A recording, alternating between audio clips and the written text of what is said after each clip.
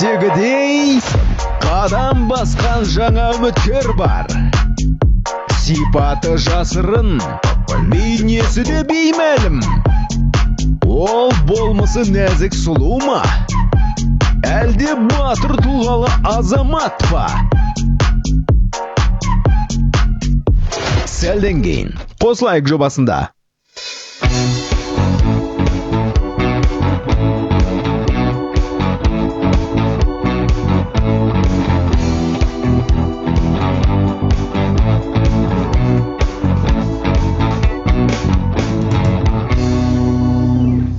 Көрермен, жарнамадан оралдық, әзірге шымылдық жабық және үміткердің кімді таңдаған білеміз. Оған дейін өздеріңізге арналған сыйлықты айта кетейін. Ережесін енді жаттап алдыңыздар, жақсы білесіздер. Бүгінгі біздің сыйлығымыз Қосылайық бренді ұсынған керемет жамылғы жастық және білесіздер, эфир барысында көрсетілген 5 белгіні арнайы посттың астына жазып қалдырасыздар. Алғашқы белгі бізде Жанеркенің қолында. Жанерке? Ұнату. Ай, тамаша, рахмет, үлкен. Ештеңе демейді, бізде шымылдық жабылған, және де үміткердің таңдауы кім екенін барынша өздеріңізден тағы бір сұрай кетейін. Кім таңдау? Кім? Шолпан. Айдана. Ғалымжан. Айжан. Нұрсұлтан. Ал, ендеше жаңа үміткердің таңдауы Ғалымжан.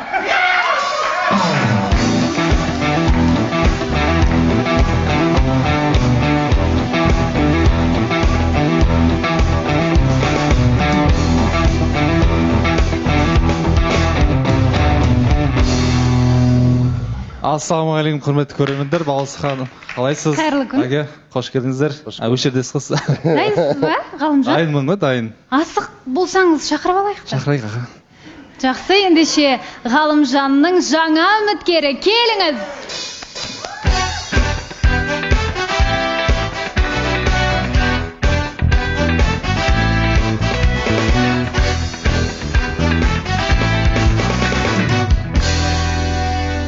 Саламатсыз ба, қалыңыз қалай? Есіміңіз танысайық.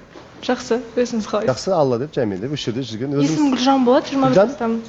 Гүлжан, жасыңыз? 21-де. 21-де. Қай жердің тумасысыз? Алматы қаласы. Алматы қаласы. Неге Ғалымжан? Шыны керек, бірінші сымбатына қараймыз ғой. Сырт келбеті ұнады? Иә, сырт келбеті ұнады. Сіздің вкусыңыздағы жігіт болды ғой. Ал Ғалымжан? Гүлжан, қош келдіңіз. Сіз негізі түбі осы Алматы ма, или басқа жақтан боласыз ба? Туылған жерім негізі Кентау қаласы. Бірақ бір жастан осы Алматы қаласынамын, сол үшін Алматы қаласы деп айтамын.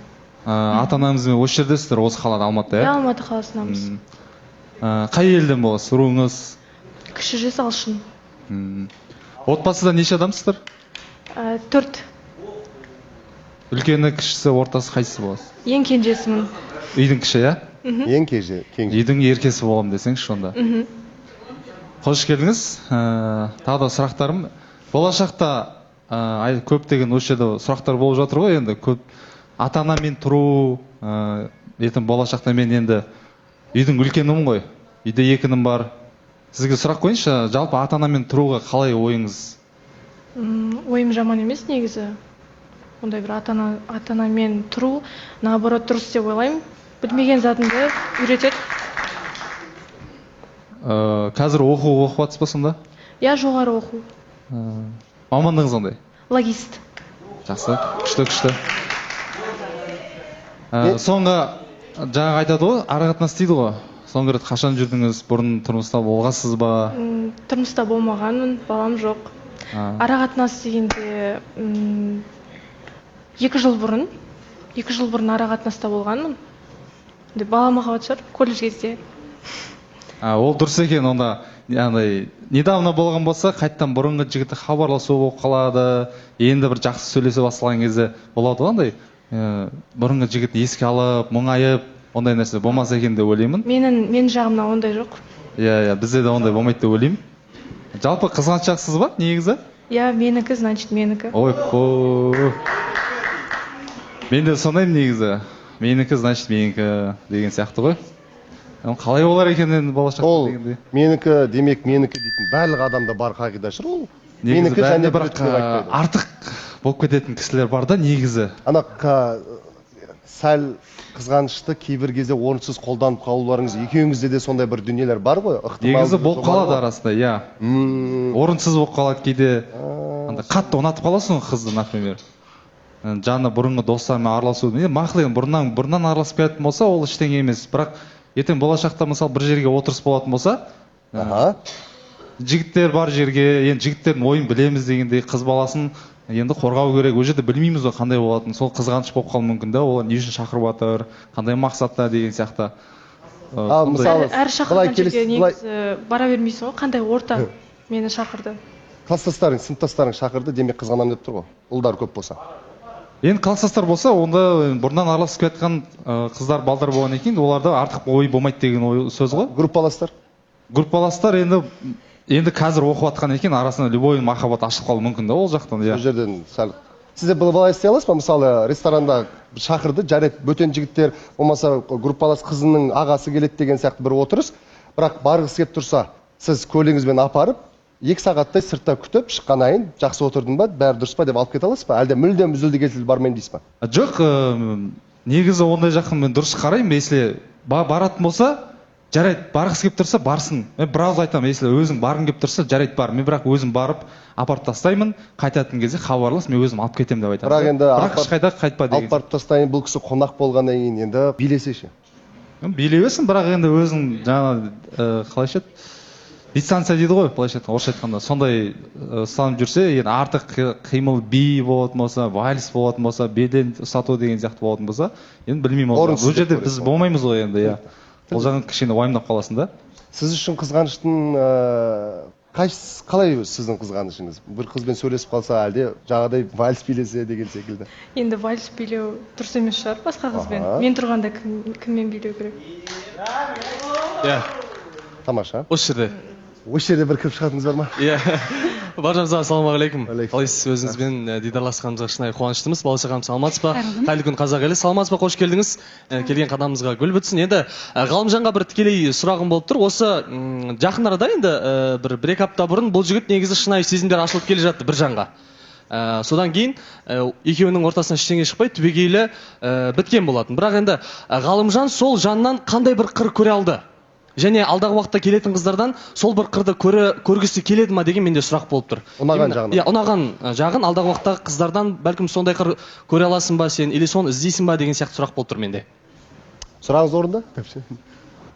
Ол адамның қандай жақсы қасиетін байқадым деп тұрсың, Ернар. Ол адамның түсінігі мықты екен, күшті екен.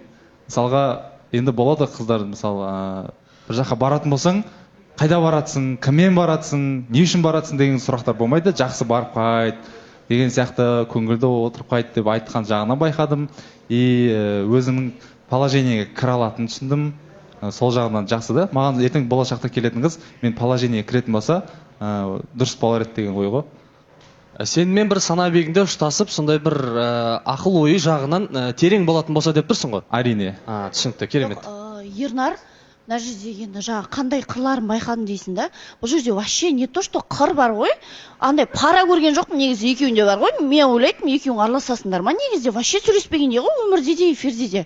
Жай ортаға шығады болды. Ғалымжан да енді қолдаушыларын тауып алды. Ана жерде Қырғызстаны бар, басқасы бар.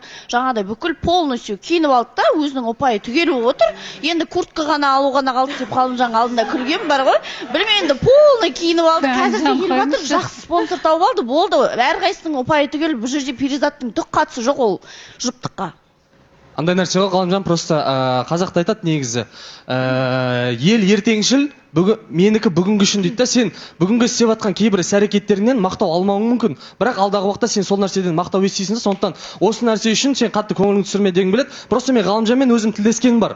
Отырып шай үстінде әңгіме айтқан кезде, енді жігітті түсінеді ғой, жалпы душасын сөйлескен уақытта бір байқап қалдым өзім көзінен, бағанағы мұңды, ұнату сезімдерін. Сол кезде менде тікелей сұрақ болды да, енді эфирде бір махаббат қатты көрсетпесе де, білмесе де, бала іштей өзі жақсы көріп жүргенін білдім да мен. Сол кезде сөйлескен кезде именно қандай жер саған ұнады деген менде сұрақ болды. Ол не обязательно пара бағана көрсету деген сияқты. Мен просто жігіттің положениесіне кіріп, соны бір түсінгеннен кейін менде сондай сұрақ болды. Бәлкім алдағы уақытта сондай бір қыздар келіп жатса, екеуі жақсы жағынан қосылып кете ма деген сұрақ қой. Сразу рахмет, айналайын. Бауыржан мырза, мен айта кетсем бола ма? Осы жерде Гүлжан, қош келдіңіз, өте әдемі қыз екенсіз.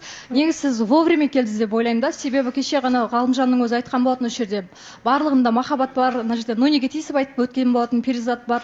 А менде ешкім жоқ, мен махаббатым болса күшті ары қарай алып кететін шығармын деп кеше беріліп қоя жаздағаны бар да осы жерде. Енді сіз келдіңіз, ары қарай өзін қолға алады деп ойлаймын да. Сосын жаңа Ғалымжан сен сөзіңді қалып кеттің да, айтып жатсың ғой, мына жерде перизаттың бір қырын байқадым деп.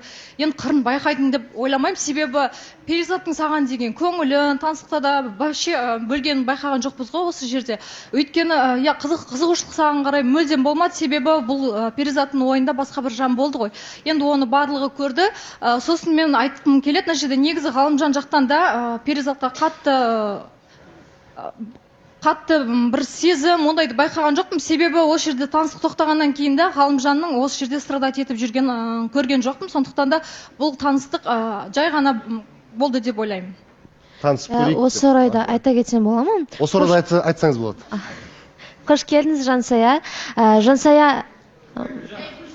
Гүлжан. Ой, кешірім сұраймын, Гүлжан. Диас айтты маған оның аты Жансая деп. Диас арасында өтірік айтатын білдіңіз. Ладно. Гүлжан, қош келдіңіз. Жалпы сіз қызғаншақ адамсыз ба? Я жауап бердім ғой. Аха, енді қараңызшы, бізде Ғалымжанға енді көз тастап жүрген қыздар кішкене бар енді. Оның ішінде Саида бар.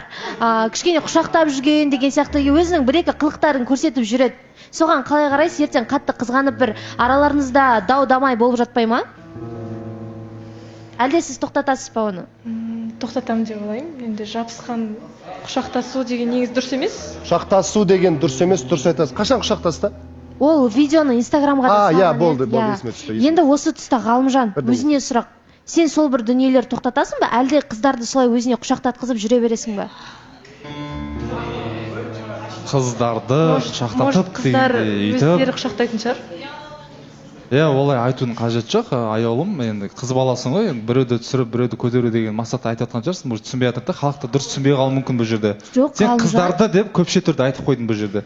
Саидан құшақтағаны рас, но ол жерде қандай мақсатта? Алдада келетін Ханзада бар деді. Соған поддержка ретінде қолдау көрсетіп, жаңа удачи, жақсы алда келетқан удачи, сәттілік деген сияқты айтуы мүмкін да. Ал біз ол жерде Заина болсын, былай бірімізді құшақтасып деп тұрған жоқпыз. Жоқ, енді қара Ғалымжан, мен біреуді түсіріп отырған жоқ, мен бар дүниені бар деп айтып отырмын. Ол дүние сторисқа салынған, видео сторисқа салынған. Сонда сенің сонда понятияң бойынша қыз баласы поддержка бергісі келсе құшақтаған ол норма ма? Былай сіздермен бүйтіп амандасқан кезде енді былай бет құшақтап амандасамыз ғой, ол сіздерге қалай қарайсыздар? Арттан құшақтамаймыз ғой. Аялым қолдауда тұрған ештеңке жоқ, керек болса қолдаймын, до конца керек болса құшақтаймын. Сен сонда Саида, мен енді сені түсініп отырған сияқтымын. Сонда Саида, сен егерде ертең күні басқа да жігіттерге поддержка беретін кезде сен барлығын арттан барып құшақтайсың ба? Жоқ, мен сен сияқты емеспін ғой, мен до конца бір адам таңдадым ба, до конца бір адам қолдап жүремін. Демек сен до конца Ғалымжанға бір сезімің бар демек. Құшақтайтын болсаң. Мен мына жерде басқа жігіттермен құшақтап жүрген жоқпын мен. Жоқ, Бауыржан мырза айта кетейінші, негізі Саиданың басқа жігіттерді солай құшақтаған біз ешқашан көрмегенбіз. Ол мен ойлаймын, Ғалымжанға бір сезімі бар болғандықтан бір құшақтады деп. Өйткені Саида жайдан жай кез келген жігітті олай құшақтап, Ханзадаға сәттілік деген сияқты деп айтпайды.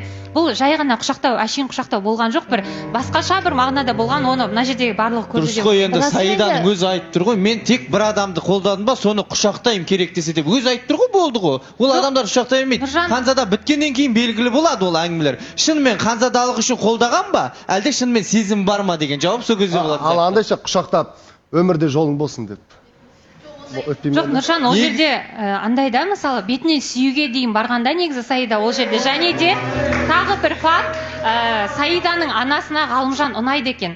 Демек, ол жерде де бір мағына бар ғой, анасының сөзін тыңдайды дегендей, Ғалымжан жақсы жігіт деген әңгімелер болуы мүмкін да ол жерде. Ол барлық адам анасына ұнап жатыр, Ғалымжан ше. Кегелі тек аналарға ұнап жатыр ғой, мен айтып жатырмын. Аналар бұлай тұрсын, Гаухар ханымға да ұнап қалды ғой, мысалы. Жоқ, негізіші, маған да мен де мамама ұнап қапты Ғалымжан. Бірақ та енді мамаларға ұнады екен деп оны құшақтап бүйтіп керек емес. Неге бірден? Жоқ, Нұржан қыздық намыс дейтін болады. Қыз баласы сонда әрбір еркекті құшақтай берсе. Неге бірден Саиданы айтып кіріп десем, бұл қызғаныш екен ғой.